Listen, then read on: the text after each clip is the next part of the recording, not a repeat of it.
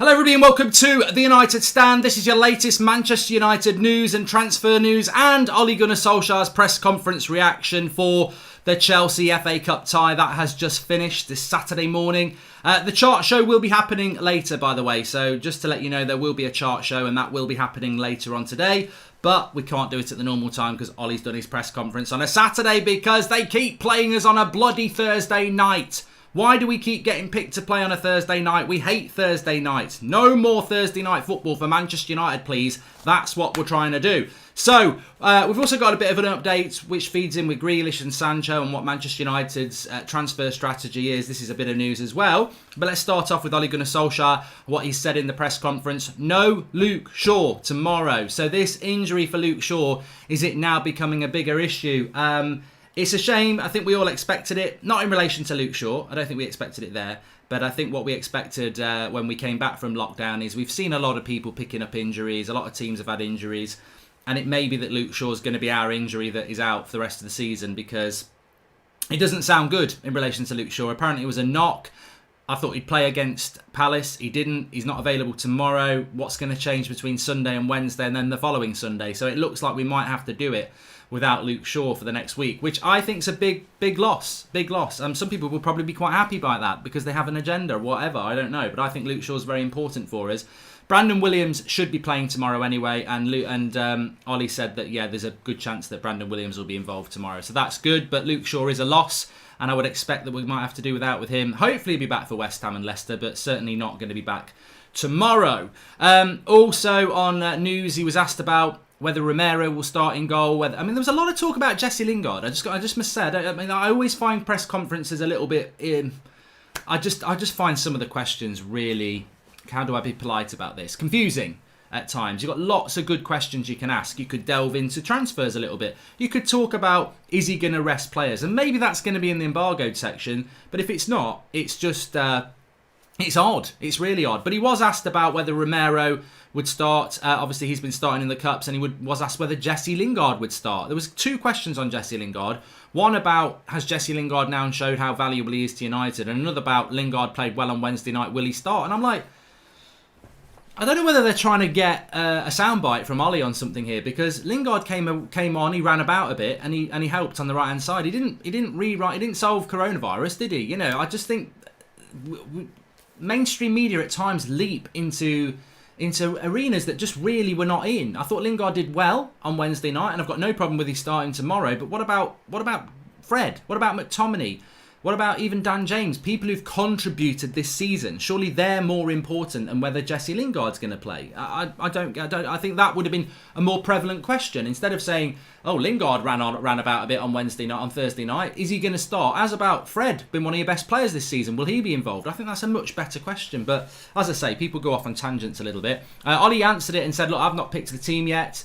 But obviously Romero and Jesse are in with a good chance. So look, whatever. I hope he does change the team up a little bit, as I said on the preview, which you can check on the channel. Just resting Shaw for West Ham, I think, says Shiam. Yeah, thank you very much for your contribution there. Also, this. Look, let me just say that there's the big conversation about VAR, which we'll talk about in a minute, and I'll talk about the transfer budget. Advidya says Varchester United. We'll talk about that. But look, there was a question in there that I don't know who asked it, and I'm not in for like shouting out the journalist who said it. Unless they say something good, I'll shout them out. But I'm not going to, criticise people who, are just trying to do their job. But Ollie was asked a question. Think what you like about this one. Is the FA Cup more important than the Champions League, considering it's a trophy and that would be good for the team? And my initial reaction to this, and welcome to Roloff, latest member of the United Stand Members Club. Thanks for joining us. Who thinks up that question? Is it more important for Manchester United to win the FA Cup than getting the Champions League because then they've won a trophy? I mean, hello? We're in the Europa League. We've got a better chance of winning the Europa League than the FA Cup. So, and the Europa League doesn't mess up our Champions League hopes. And we can also get the Champions League through the Europa League. So, basically what you're saying is Chelsea on Sunday more important than beating West Ham and Leicester?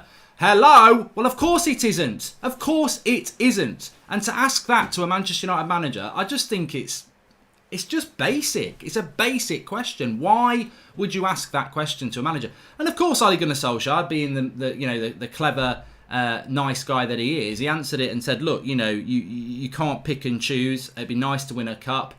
But I just thought, what an odd question. Is it?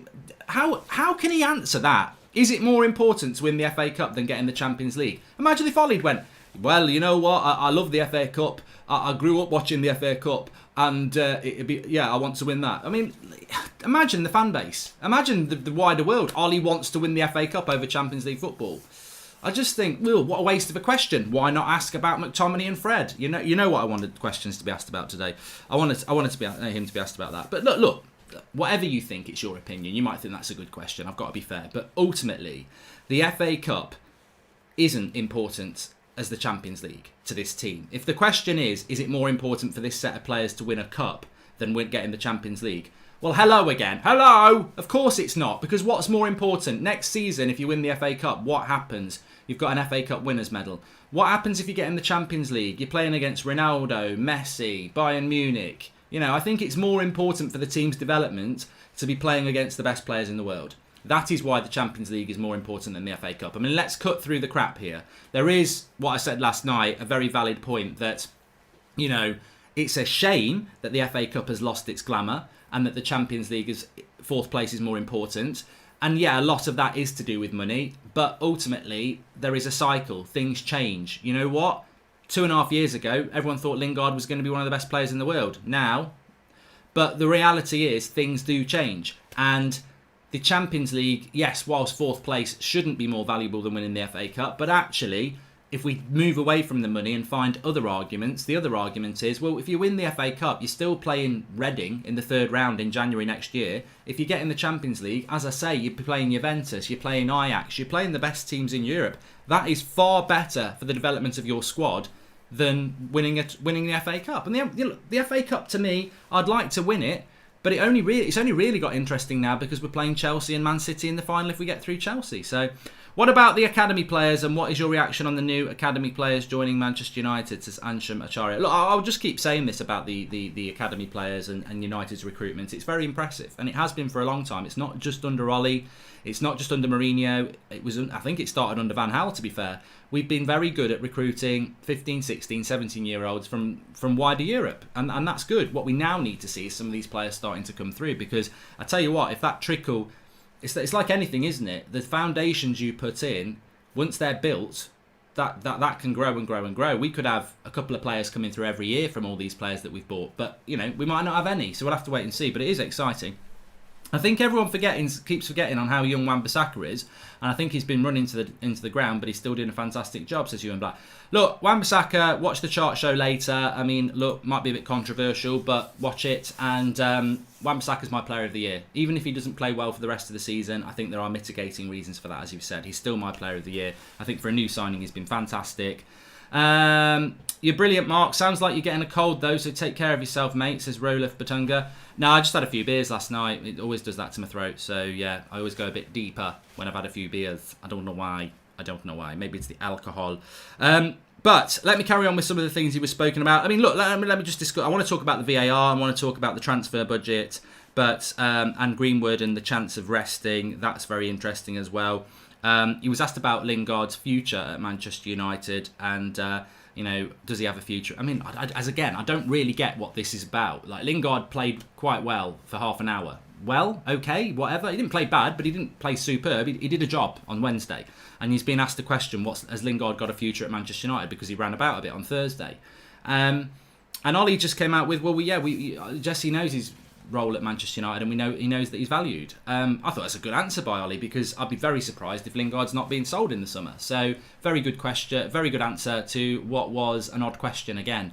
I don't know what soundbite they're trying to get from Ollie on some of these questions. It's almost like, he can't answer the question. It's like, is the FA Cup more than better than the Champions League? Well, he's never going to say that. Has Jesse Lingard got a future at Manchester United? Yeah, he's going to be here for 5 years. He can't say that. So, but look, Lingard, for me, I'm just of that mindset now where I like the guy. I like him. I've always liked him. I don't think he's good enough for Manchester United. I don't think he's quite good enough for our bench.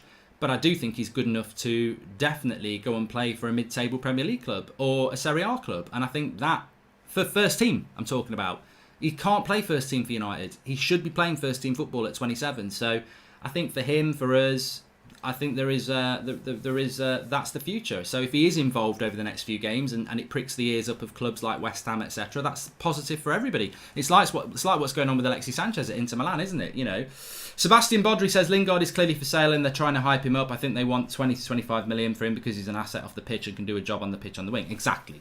You put it far better than I have, Sebastian, there. Fantastic comment. And I think that's what we're trying to do. So it's positive vibes. He was also asked about Greenwood and burnout. Now, I liked this question about Greenwood and burnout because I took it as a helicopter view of the whole squad. And basically, it was like, you know, Mason Greenwood's playing a lot of games. You have to be careful about burnout. And Ole Gunnar Solskjaer said there's no chance of burnout. Now, I took that as a squad thing because if you're being asked a question about Mason Greenwood, an 18-year-old, a young up-and-coming player, does he need to be taken out of the team because of burnout? Ole Gunnar Solskjaer is saying there's no chance of burnout. Well, if there's no chance of burnout for Mason Greenwood at 18 who's developing, there's no chance of burnout for Bruno, Pogba, Matic. Does that mean he's going to go strong tomorrow, strong on Wednesday and strong on Sunday?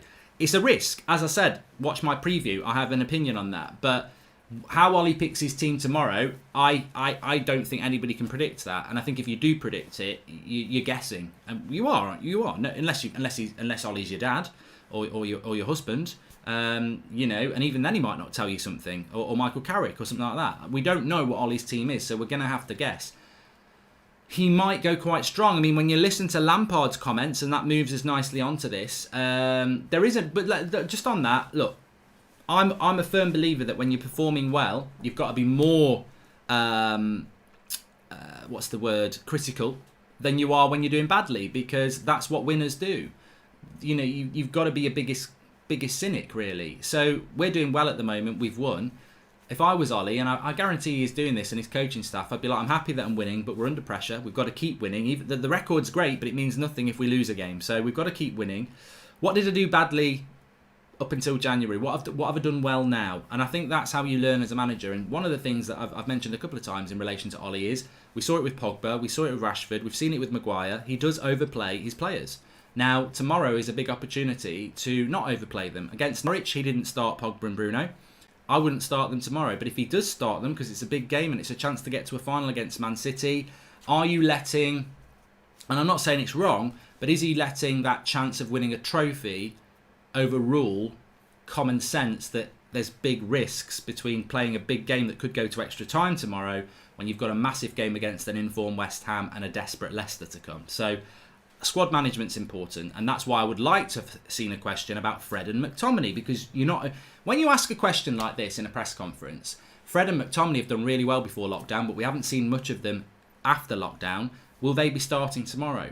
Now, that question may come across as you're talking about Fred and McTominay, but realistically, you are talking about Fred and McTominay, but you're also getting so much more. Because if Solskjaer says, we'll have to wait and see, obviously the first team's been doing very well at the moment, so we'll have to wait and see. I'd read into that he's not making any changes, and then you go, well, should he be making changes after all the games we've played? So these questions do lead into other things. It's like asking whether Greenwood's going to get burnout, and he says there's no chance of that. You can basically say he's talking about the whole squad there because Greenwood's a young player. Mark, how would you feel in the future if they changed it to the FA Cup winner gets Champions League instead of fourth? Would it make the cup more prestigious, says Mike Thomas. I've spoken about this before, Mike. I think it's a good question, and I don't know what everybody in the live comments thinks on it, but the problem is, if you're Man City in the FA Cup, you tend to get Stockport County at home every round until the final. You know, they get ridiculously easy draws, Man City. So if you offer up Champions League football for winning the FA Cup, imagine if you are Manchester City and you play Stockport, Wrexham, Cardiff, Swansea, Chester, whatever, all the way to the final, and then in the final you play, I don't know, United, and you win that game 1-0 on penalties. But United, to get to the final, have had to play Chelsea, Liverpool, Arsenal, Spurs. The only easy game you've got there is Arsenal. So that's the problem with the FA Cup. The fairest way to give out Champions League football, if you want the four best representatives of English football, is the top four in the Premier League. It is the fairest way. It would enhance the FA Cup, but we're only enhancing something that actually it's had its day. You know, it's like putting bionic legs on somebody who's legless, or no, that's not the right term. What I mean is, I'm normally good at analogies, but it's like, you know what? Imagine if Coldplay's lead singer Chris Martin loses his voice, right? He never gets his voice back. And then you give him a robotic voice. He'll still sing, you know, Clocks or whatever, The Scientist or whatever morbid song he normally sings. But it won't be Chris Martin singing. So I think with the FA Cup and the Champions League, right? The FA Cup used to sing a great tune and we used to love it. But why are we going to give it a robotic voice to try and sing the tunes that it used to sing? Because it will never sound the same. Don't give the FA Cup the Champions League qualification spot to make it more glamorous, because ultimately, I don't think it's the fairest way to get the top best clubs in England in. The top 4 is. The FA Cup's got to think of different ways to make it more interesting. Look, on my Aston Villa career mode, on Mark Goldbridge That's Football, the FA Cup in my first season is massively important because I haven't got the squad to get in the top 4. No way. I can't get into Europe. I can't get into the top 6. I'm going to be in the mid-table. I'm having a really good season, but I think I'll finish around 12th. But I'm still in the FA Cup and I've got a chance to get in the quarterfinals, and that's the exciting element for me because I could get into the Europa League with Aston Villa in my first season. That's where the FA Cup goes wrong, is that it's not the big clubs. Look at Chelsea, look at Manchester United, look at Man City, look at Arsenal. Are they disrespecting the FA Cup? They're all in the semi-finals. So where people go wrong with the FA Cup and why it's lost its glamour, it's not lost its glamour because of the big clubs. The big clubs traditionally are getting to the semi-finals and the finals. It's lost its glamour because of the little clubs. And this is where the Champions League and the FA Cup argument needs to stop. It's not the big clubs who are disrespecting the FA Cup. It's everybody from about 8th down who value staying in the league more than, you know, they put weakened teams out. And as I said, when I'm Villa, I'm like, I'm right, we're safe now. Let's get into let's try and win the FA Cup. Winning an FA Cup for an Aston Villa is epic, and it gets you in the Europa League. That's where the game's going wrong. A lot of Championship clubs and a lot of lower Premier League clubs put weakened teams out and don't care about it. That's the main problem with the FA Cup, I think.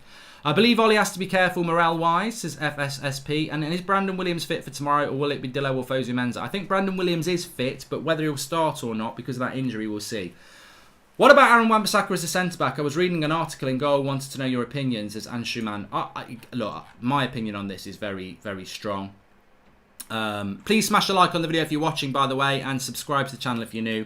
My opinion on Wan-Bissaka is he's a brilliant right back. He's not going to be a good centre defensive midfielder because he's just not good on the ball in that way. He's a right back. You can have more time on the ball because, right, no one's coming in from the right hand side because that's the touch line, and you know you normally get a lot of space in the full-back positions. Stick him in the centre of the pitch where he's got people coming at him from all angles. I think I don't think it would work. Same as centre-back. So I think Aaron Wan-Bissaka is a very good right-back. He's a specialist right-back. That's his position. I don't know why we'd want to change him from there. Right, let's talk about VAR. Then we're going to talk about the transfer news. So VAR, Frank Lampard basically loading the bullets subtly. But I just think, be honest. When a manager tries to be subtle, they expose themselves as the truth. So Lampard was talking about VAR. And he was saying that Manchester United effectively have had a good rub of the green, and his team hasn't. And his defenders need to be careful because the Bruno Fernandes penalty against Aston Villa was clever when it wasn't really a penalty. And they've got quick players who, if you leave your foot in, they could go to ground. Basically, the VAR-Chester thing is starting to find its way beyond social media into the actual mainstream media and the managers. And Ole Gunnar Solskjaer was asked, is there starting to become a bit of an agenda around this? And he hit it straight on because it's important. He said, look, there is starting to be a bit of an agenda around this, or whatever the word was he used. But I can sit down and tell you that Mark Noble should have been sent off against West Ham. Romu should have been sent off against us on that game. He felt we should have had a penalty against Spurs. I don't think we should have got another one, but Manchester United having lots of VAR reviews, to me, shows how dangerous we are on the attack. I think, you know, if we were playing Mourinho today, I think he would, or tomorrow, he would be moaning about VAR. But how many times have Spurs been in the penalty box, running at speed? And I think this is why United get a lot of decisions, because we are in and around the penalty box. Liverpool used to get called Liverpool. They're in and around the box a lot with Mane and Salah. If you've got the ball in the box with skillful players, you've got more chance of getting a penalty and then a VAR review. That's why United are getting it. But I enjoy this. I enjoy the fact that it's now gone from social media fans calling us VAR Chester or VAR Chester to managers hinting about it. But then the reason they're doing it is because they want to get into the referees and the officials' minds that United have had an unfair rub of the green. But this is not like the days of Howard Webb or anything like that, where you can influence referees. This is VAR. VAR is reviewing these decisions and still giving them to us. So I would be very disappointed and very surprised if this stopped, because you can't just go, United have had loads of decisions this year, let's not give them any more. We will have opportunities to get penalties in the next 3 games, and they should be given if they are penalties. I watched the Wolves-Palace game on, not Wolves-Palace, Wolves-Burnley game, and I said at the time, that's never a penalty to Burnley. That foot is way too high, and it impacts on the Wolves defender heading the ball, because he can't head the ball because the foot's too high. So he's put his arm up to he's flinched and the ball's hit his hand. It's never a bloody penalty. And I was looking at the verdicts from one of the ex-Premier League referees this morning, and he agreed. He said that wasn't a penalty. He said it wasn't a penalty by Lindelof on Zaha, because ultimately the reason it's not, and this is it, I think people, you need to read these decisions. You might not agree with them, but actually, a lot of them are common sense. So it shouldn't have been a penalty to Burnley against Wolves, because the foot from Wood totally distorts what the player's trying to do, and the benefit of the doubt should be given to the defender. The Lindelof penalty, right? The reason that wasn't a penalty, and the reason people like Rio Ferdinand and everyone else are saying it is a penalty, is because they'd have to give it as the referee. They don't understand the VAR rule. The referee sees that and feels that because Zaha stops and Lindelof makes a genuine attempt to get the ball and does get the ball, the referee feels that's not a penalty. VAR review it and see that, look, maybe a millisecond before Lindelof touches the ball, he touches Zaha. But they don't overturn it, because they're not looking for technical penalties. They're not looking to go, technically it's a penalty. What they're looking at, is it clear and obviously a wrong decision? And it wasn't clearly and obviously a wrong decision, so they go with the referee. This is what people don't understand about VAR.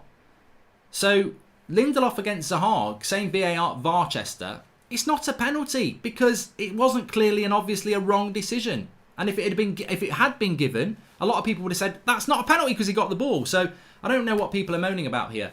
And actually, it wasn't a penalty on Zaha, in my opinion. And it was a red card on Romu. So actually, as United fans, we could sit here and say, we've had a bad rub of the green, because it wasn't a penalty on Zaha and we won that game anyway.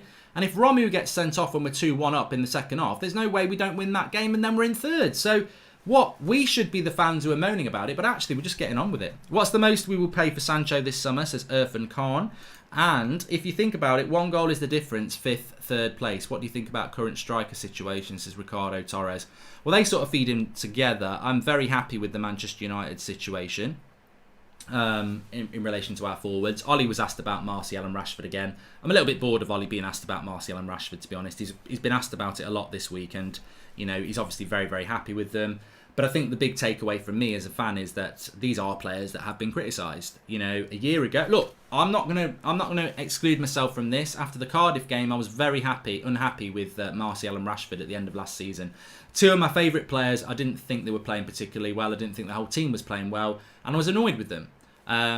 But there have always been players that I like, and at the start of the season when people were calling him Trashford and when people call Martial lazy, I just don't agree with that. I think they're young players with a lot of potential, and that's why I got annoyed with them last season, because I was like, what's gone wrong with these lads? What has gone wrong with them? They've got to step up to the plate a bit. They've been at the club a while now. I know they're young, but they've got to mature, and I think this season that's what we've seen with Rashford and Martial, and I think they've matured into 2 of the best players that we've got at the club and 2 of the best attacking players in the league. So you can't, that's what you want. And look, sometimes that criticism a year ago that they're not performing, I'm not happy with them, is exactly the sort of criticism that they need.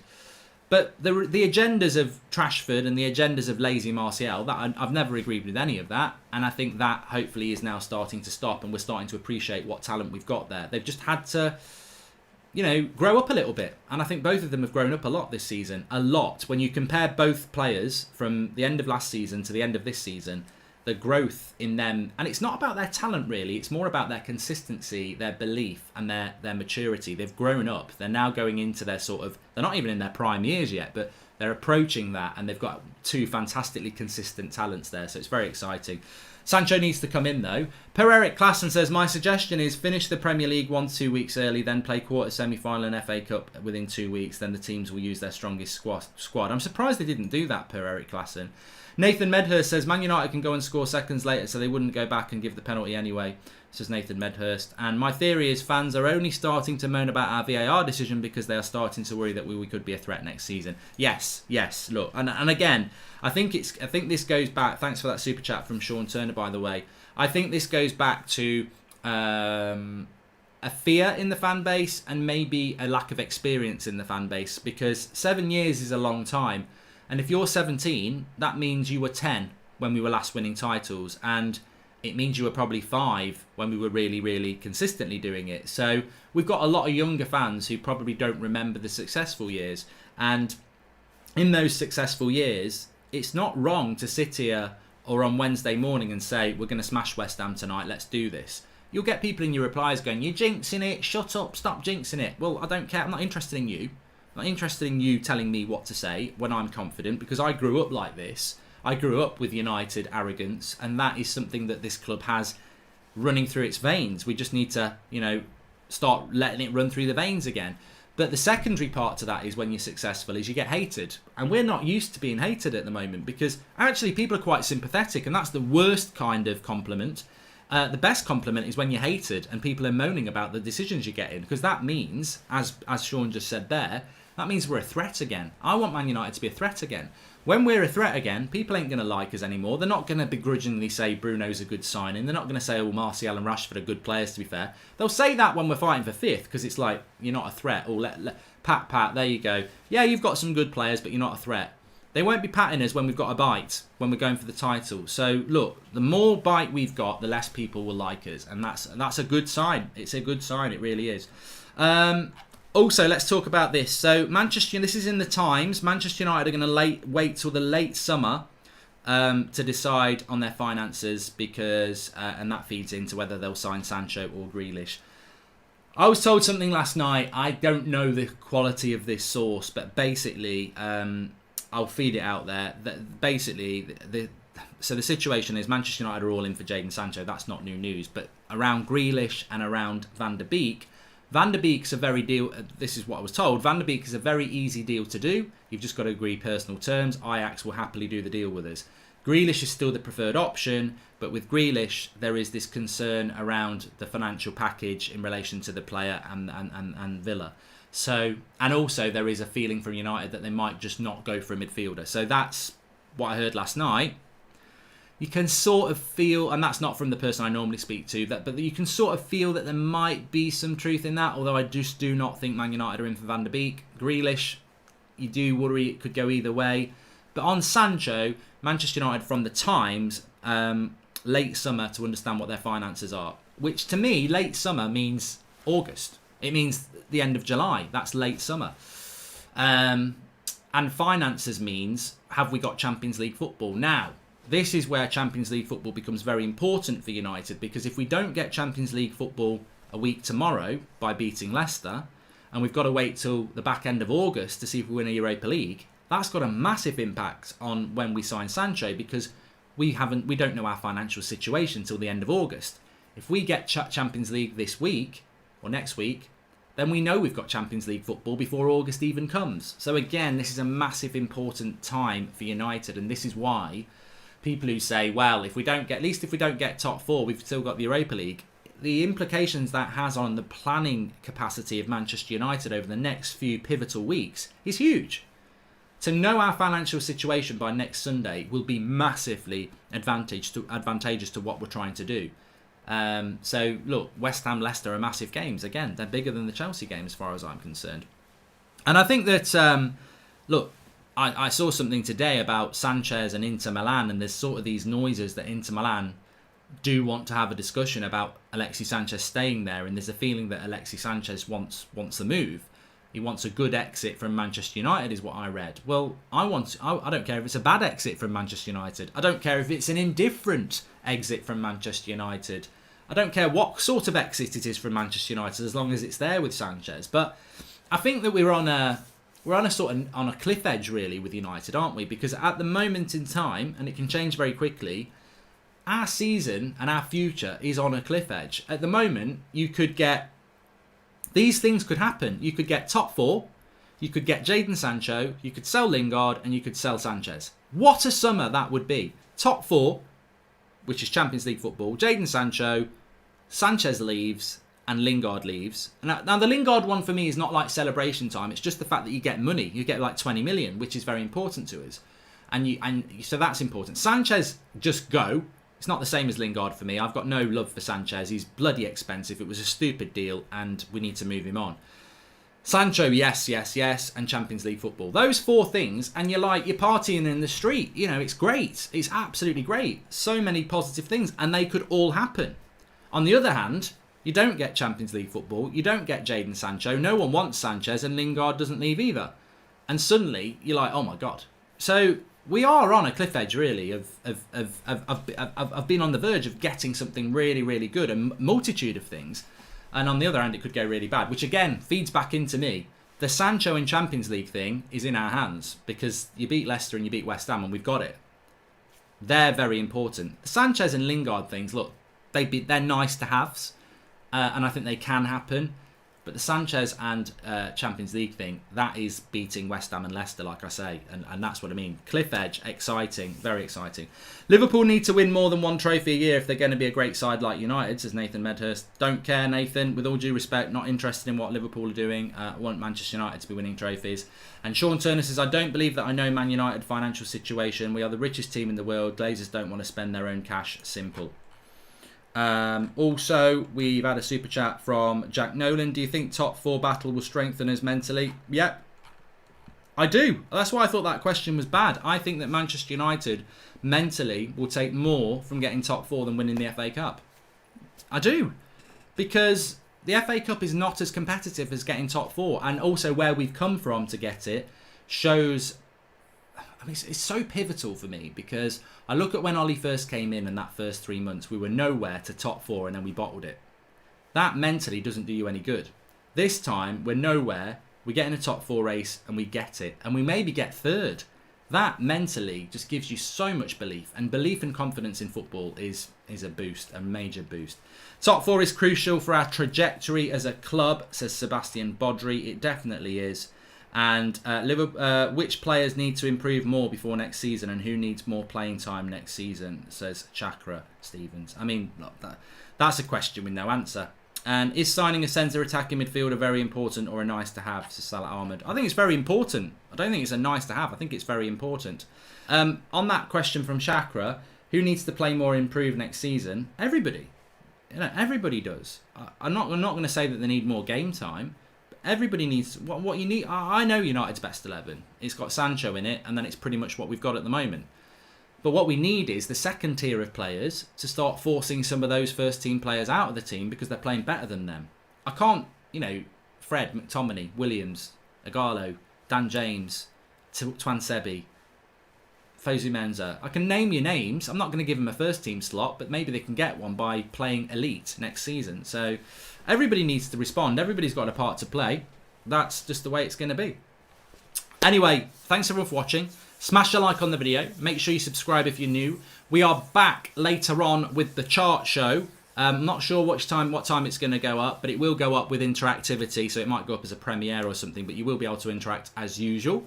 And obviously tomorrow we've got watch along and everything, and I'll be back in the morning with the news. And if you want to watch my Aston Villa career mode, I will be live on Mark Goldbridge That's Football at about 2:30 this afternoon. So enjoy your weekend, and I will be back with the chart show in a little bit later and FIFA career mode on Mark Goldbridge That's Football 2:30. Salah Ahmed. I'll speak to you all in a bit. Thanks for watching, and get your comments in below.